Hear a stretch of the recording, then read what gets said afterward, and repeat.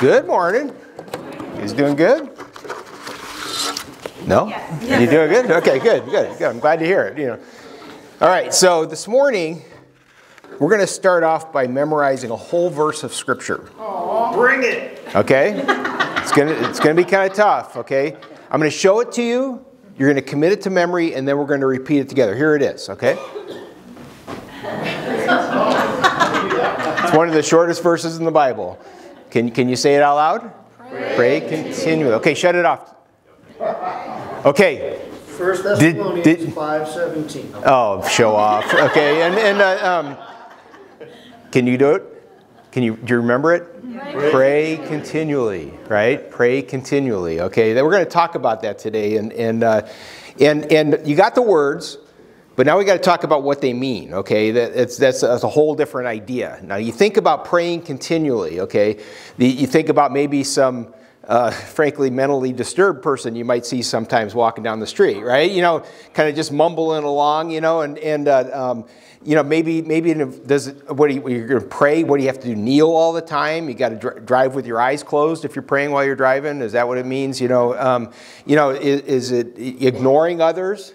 And just focusing on this, hiding away from others, It doesn't mean any of that, right? And how would you actually do that, though? Think about that for a second, what would that actually look like in the real world? Now, it was the Apostle Paul who wrote those words, and is that something that's just kind of sounds like a good thing to do, or something like that, But in order to understand, I think, what that means, you have to understand two really important truths about God, okay?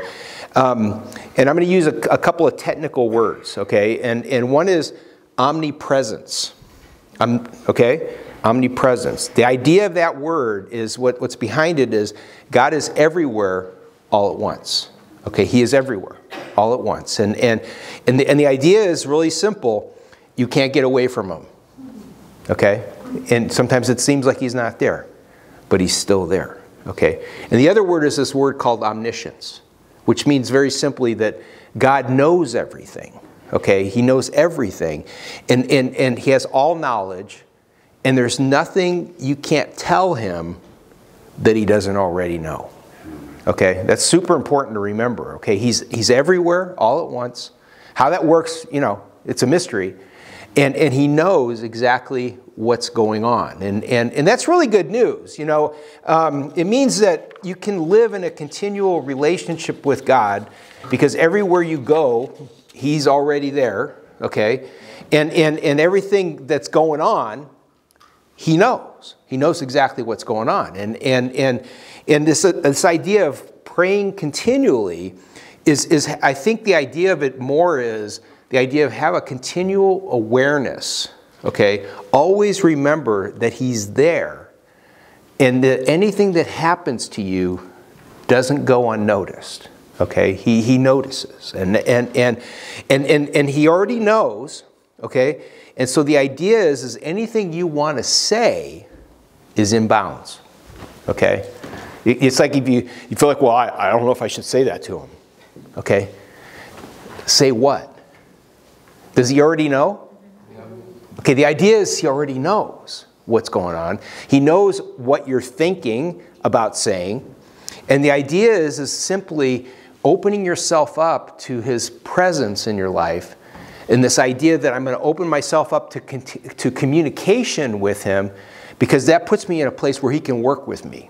Okay, where I'm kind of pliable and stuff. And sometimes what helps with this idea is to develop certain habits in our life to remind us about this truth. Because the truth is, sometimes, it doesn't seem that way, right? Sometimes it's because of stuff that happens to you, and sometimes you just go, you just forget about it, or sometimes it's because of something that somebody did to you, okay? And then you go crazy in your car or something like that, right? Anybody ever done that, And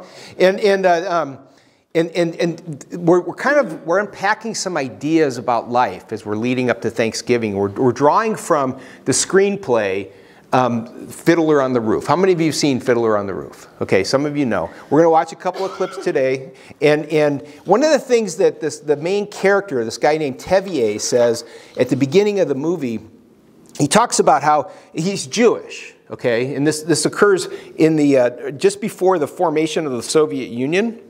It's the Bolshevik Revolution, and it's a time of huge transition in Russia, okay, in historic Russia over 100 years ago. And he says, for instance, we have these traditions to remind us of God's presence, that He's always with us. He says, for instance, we keep our heads covered, okay, and we have this little prayer shawl. And the reason for this is it shows our constant devotion to God. It reminds us that He's already there, He already knows. And there's kind of a funny line. He says, where does this tradition come from? I don't know. It's just what we do. You know, it's just a tradition. You know, but at least he still understands why. Okay? And he says, because of this, there's a great line. Because of our traditions, everybody knows who He is and what is expected of Him. Okay, everybody knows. They're reminded continually. Okay, and this guy Tevye in this movie, one of the things that I love about this movie is he kind of shows us what praying continually looks like in the real world. And he believed that God was everywhere all at once, that nothing that happened to him was unnoticed. Okay, and that he really believed that God already knew. And so, man, he just has these open and honest conversations with God. And his prayers take very different moods, okay? We're going to watch 3 clips in a row. Hopefully this works. And the first one is an example of his honesty and his transparency. The title of this is Dear God.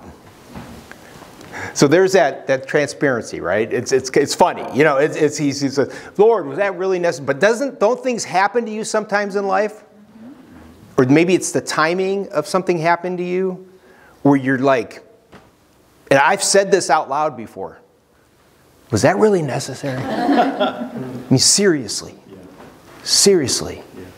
I mean, crazy stuff sometimes. And the idea is transparency. The idea is in the midst of life and sometimes the tough stuff of life, being able to say, hey, you know, and sometimes because you get interrupted, it's, I'll talk to you later. You know, you know, praying continually, okay? And then this next clip is going to show a way that we can somehow build this into our schedule of life. You know, this rhythm and this routine, this idea, the first one is this idea of honesty and transparency, that is continual presence in our life and that we can be transparent with Him. This one is this idea of deep emotion, love, respect, not only for God, but in this clip, I love it because it also shows that how that can translate out into the people that are close to us. This idea of devotional Sabbath prayer. But the idea is what that was a lament. Okay, this idea of grief and sorrow. You know, and this idea that, you know, the idea is my day was going bad enough already. And now this had to happen. And the idea that we can be honest and transparent and pour ourselves out to Him in the midst of pain. And He will not reject us. He will accept us. And He will, the idea again is read the Psalms. The idea that He wants us to express ourselves openly and honestly and admit it when we're disappointed, when we're in pain, and all this stuff. Now, this next one is this idea of Sabbath prayer. The reason I wanted to show those to you is I wanted to just visually demonstrate the different moods that come with these different seasons of prayer and seasons of life. You know, my family just this past week went through a pretty tough time. On my way home from church last Sunday, I got a phone call from my brother who lives up in Long Beach, and his son and wife were scheduled to have a C-section the next day for their second child. They have a little girl, and they were going to have their little boy at 5 p.m. on Monday. And on early, dark and early Sunday morning, she noticed that the baby stopped moving, and they lost the baby, little Oliver, and she had to give birth to, you know, a fully developed little boy. They held him And then on Friday night, we were already scheduled to go, Sharon and I were already scheduled to go up to my brother's house. We were going to have a party with them and my parents and just a nice time. And instead we had a memorial service for little Oliver. And just tragic. I mean, just we were heartbroken all week. And then we get together and we're kind of like, was this necessary, right? But here's the thing, you know, by getting together, I love that clip, that last clip, because what it shows is that when you come together before God sometimes, what it does is it allows expressions of love to flow between everyone in the room, right? You know, and these trade-offs are never equal. You know, little Oliver will never know him this side of heaven, right? And yet, nevertheless, as a result of, during our time together on Friday night, in the evening Friday night, the expressions of love, the expressions of affection that we had towards each other, the extended family and friends, was beautiful in a certain sense. And so sometimes it's out of our pain, sometimes it's out of our suffering, sometimes it's in the midst of joy. I did a wedding yesterday. It was super fun. You know, and you bring God into all the aspects of your life. One of the things that happens is it not only gives Him His rightful place in our life and keeps us focused and centered and stuff, but it also deepens our relationship with each other. Does that make sense? It's doing life. And I think that's a great definition of pray continually.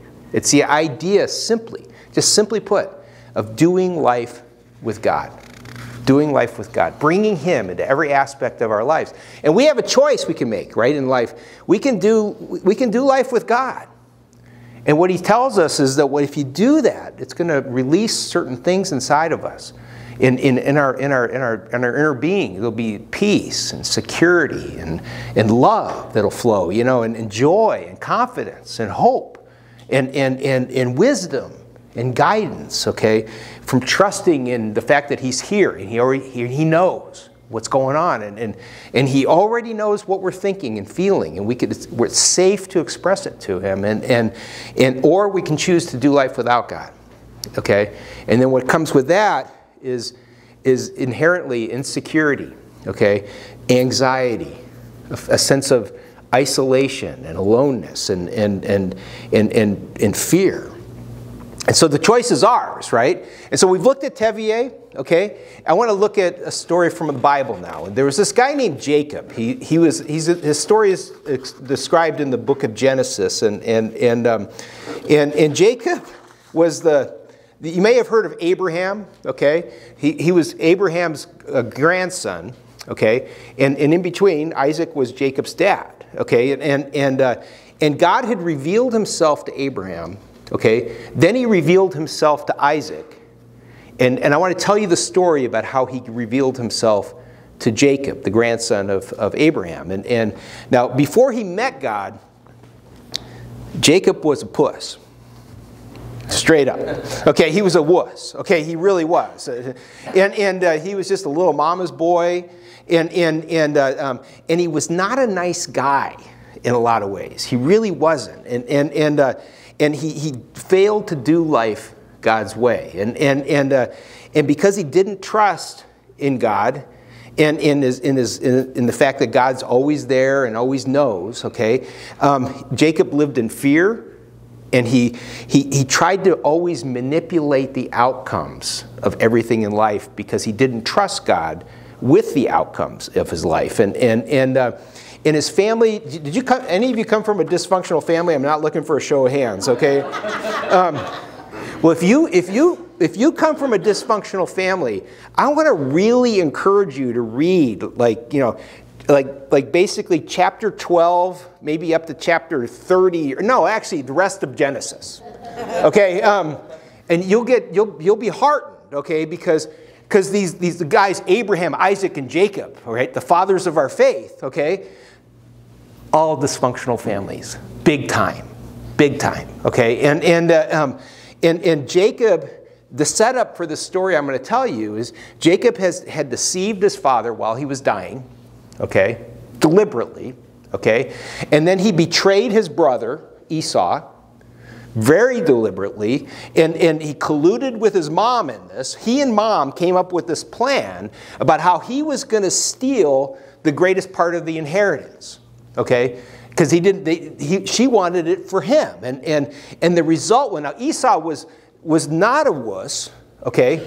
He was like a guy that was just like this big guy that would go out hunting and all this kind of stuff, and living outdoors and all this kind of stuff. And when Esau found out what he had done, he said, "I'm going to kill you."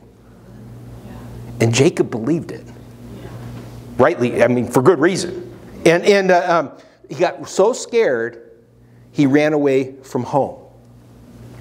Now, one of the things you can miss in the story is this raised a huge question for Jacob, because he had some level of upbringing in the faith and some understanding of it a little bit. But it raises this question, what would happen to him? Because he lived in fear anyway. And when here's the bigger question, when he left home, would God be with him? Would he be protected? And you see, a lot of people in the ancient world believed in gods, but they were always kind of like these little tribal gods, okay? And they were associated with a certain region of the world, okay? And if you left your place, okay, where your God was, okay, and you went to a different place, okay, the new place would have a different set of gods that you were supposed to worship so that nothing bad would happen to you. Do you follow that? Okay? It's a different idea, okay? And this is how the story starts. It says, Jacob left Beersheba and set out for Haran. And when he reached a certain place, he stopped for the night because the sun had set. Now here's the deal. There's these two place names, Beersheba and Haran. Okay, and those are not just random names mentioned for no reason. Okay, the idea is Beersheba was the boundary of home territory. Okay, and then Haran was outside of home territory. So he's away from his region. Okay, his part in the world, and it raises this enormous question: will God go with him? Will God be in Haran? Will he be there? And he's leaving his home. See, and nobody in the ancient world really believed in in a universal, all-competent, all-powerful God. They believed in these little tribal gods. And now here's the thing, the story. Jacob does not deserve anything good from God. Okay? He doesn't deserve God's goodness. He doesn't deserve God's care. And Jacob is going to get it anyway. Anyway. Why? Because God is a God of grace. Okay, he gives undeserved favor oftentimes. And here's what happens. Now Jacob is this deceiver, this wuss, okay? He's on the run. Why? Because of his own maliciousness. That's why he's running. He's afraid, and he's wondering if he's outside of God's care and protection. But he's tired, and night comes, and he's going to try to get some sleep. Now, what we learn in the story is he's totally unprepared for the journey. Okay, I believe what he was wearing was like little pleated pants. Okay, button-up shirt. Probably had, like, you guys remember penny loafers, you know, and he's out there on the trail, you know, and no tent, no sleeping bag, okay, you know, no pillow, okay, and so he's laying on the ground, and he's going to try to get comfortable, and so what does he do? He takes a stone and tries to use it as a pillow, okay, and it says taking one of the stones where he was, he put it under his head, and he laid down and tried to get some sleep. Now, he was successful in falling asleep, okay? But then in the midst of his sleep, he had a dream, okay? And this is a God-inspired dream. And God is going to reveal himself in this dream. And he saw this stairway resting on the earth, okay, in his dream. And its top reached up to heaven, okay? And the angels of God were ascending and descending the stairway, going up and down, okay, and then there above it, he sees this image of the Lord. And this is what God says to him. He reveals himself. He says, I am the Lord. I am the Lord. I am the God of your father, your grandfather, Abraham. And I'm God of the father, your father, Isaac. And I am with you. And I will watch over you wherever you go. Now those are three really important words. With, watch, wherever. With, watch, wherever. I will go with, I am with you, okay? And I will watch over you wherever you go. And in this dream, there's this ladder. In the old King James Version, in this version, it's called a stairway, which is probably a better translation. The old King James Version, they called it a ladder, okay?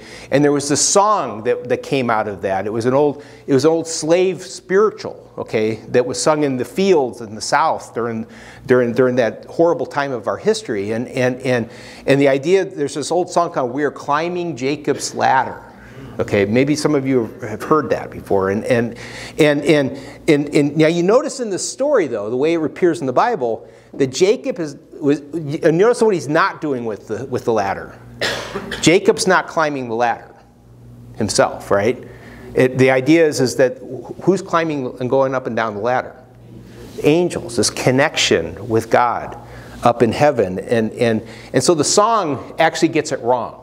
Okay, because it's not a way of escape for Jacob.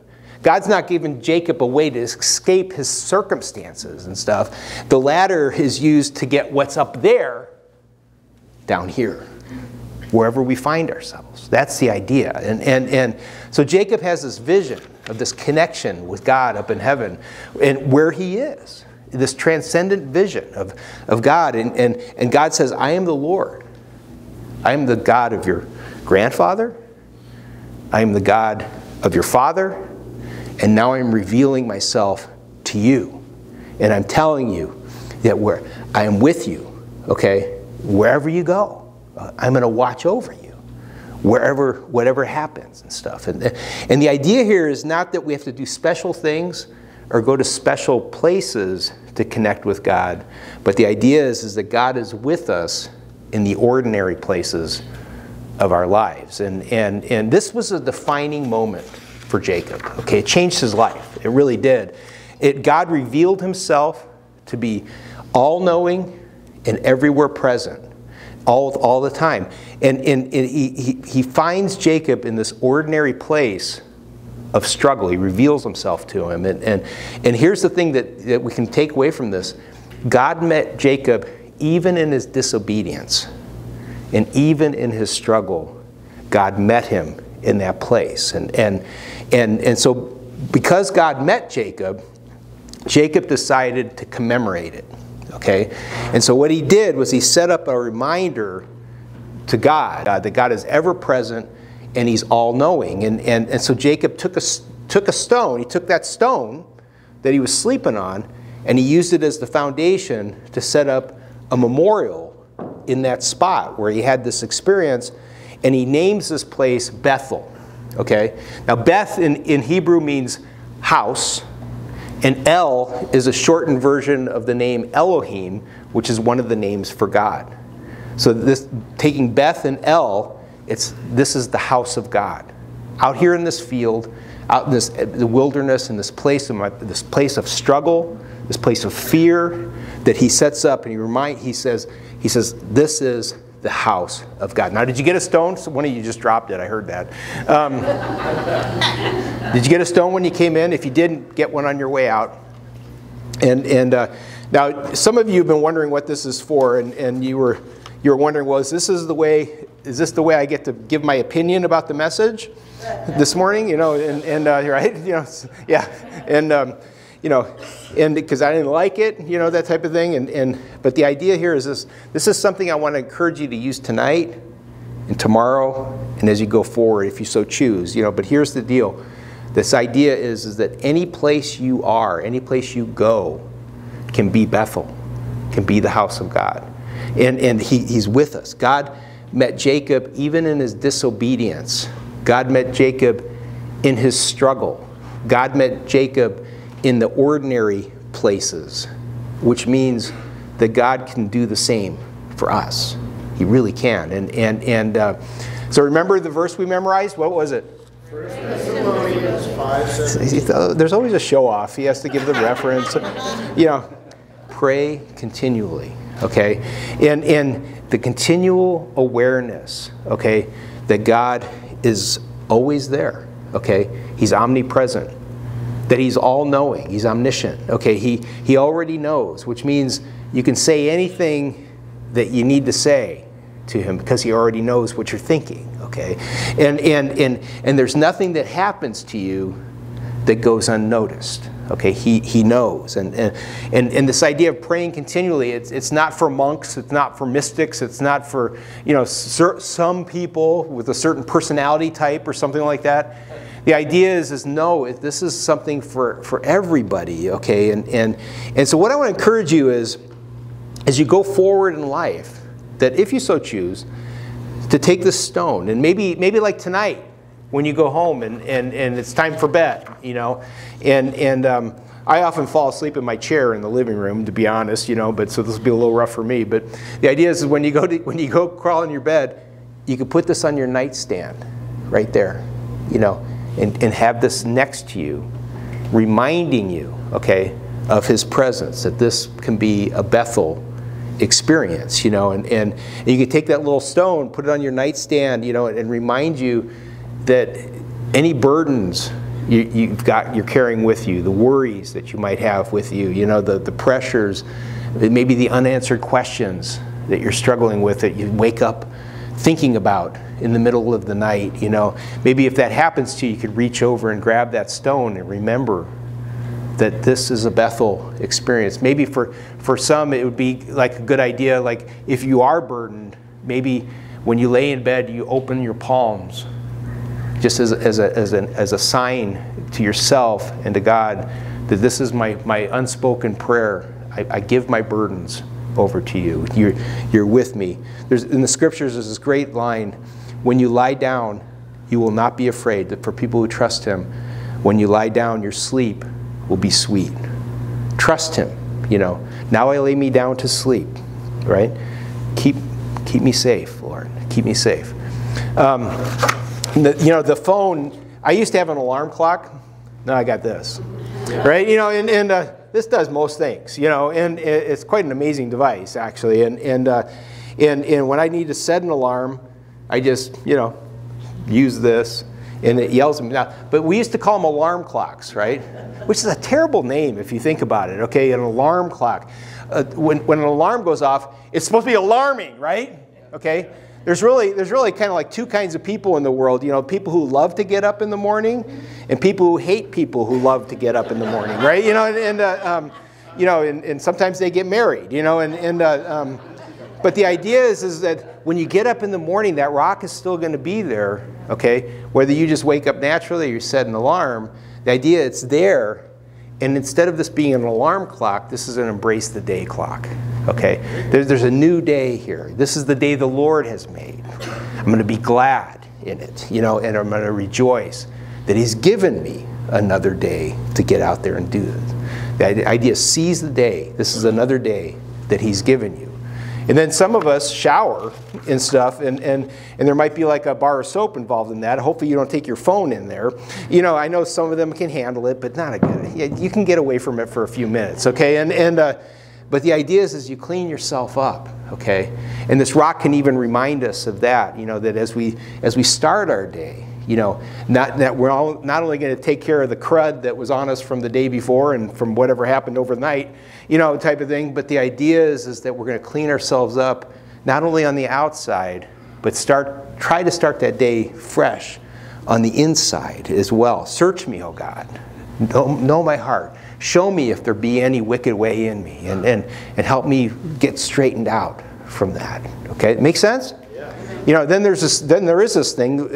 We call it a cell phone, right? And the idea is that this represents a lot of things for a lot of us. But one of the things it does represent is it represents our relationships with other people. It's our way of communicating with other people. And as we maybe put that stone in our pocket and start to get on with our day, this reminds us that what we speak into this thing, because we're speaking to another person, the idea is it helps us to, you know, keep our mouth right and keep our attitudes right, and when things are going bad, I got to hold the stone and the phone sometimes, you know, and I just go, okay, you know, help me, Lord, help me, you know, but He knows. He knows. And help me, Lord, there's this ladder. Help me bring a little bit of what's up there down here. Lord, please, you know, thy kingdom come, thy will be done on earth as it is in heaven through me as I do this. And imagine if everybody drove around in Southern California, you know, with Jesus in their car, okay, you know, holding on, maybe you put that on your dash, you know, just to remind you that even this place, okay, when you're frustrated and stuff, when you got stuff going on, you're screaming in your Bluetooth and stuff, it's like, oh yeah, here we go, you know. There's this centering little stone to remind me of that God Himself reveals Himself to me, and you can take that stone with you to work, whatever kind of work you do. Some of you are just working at home these days, and some of you are out there and you got tough jobs and stuff. And this idea, you can bring this, put it on your desk, and remember, whatever you do, work at it with all your heart, as if you were working for the Lord. Not that boss that maybe you struggle with sometimes, and that do your work as unto Him. And so I wanted to just give you this little gift, okay? These things were in my garage. I wanted to get rid of them anyway, to be honest with you. But the idea is that, because I'm not sure where they came from, but the idea is I'm giving this to you to clean out my garage, and to give you also the ability to remember that anywhere you go, any struggle you have, maybe even if it's because of because of something you did, that you're in this place of struggle, that God met this guy Jacob in that place of struggle, that He transformed his life in the midst of the struggle by revealing Himself and reminding him that He was with him there. Lord, we pray that You would be with us as we go forward in this life. I pray that You would continually remind us of Your presence, that You are there already, that You know before we know what's going to happen. Lord, You are the Alpha and the Omega, the beginning and the end. You know the end from the beginning. Lord, as we work our way through this one and only life that You give us, we pray that You would teach us to trust You, to gain the benefit of not doing life in an isolated way, thinking we're all on our own, but looking up to You and saying, Lord, please be with me in my time of struggle. Please be with me in my times of joy. Lord, please be with me as I move and breathe and exist in this world. And Lord, don't only be with me for my own sake, but also give me the strength I need and the presence of mind I need to be able to notice the people around me, Lord, and to extend to them Your acceptance, extend to them Your compassion, and within that context, to speak truth into their lives as I serve others as well, just as You served us and offered us Your acceptance, Your compassion, and Your truth. Lord, thank You that every day can be a Bethel experience. It's in Your name we pray. Amen.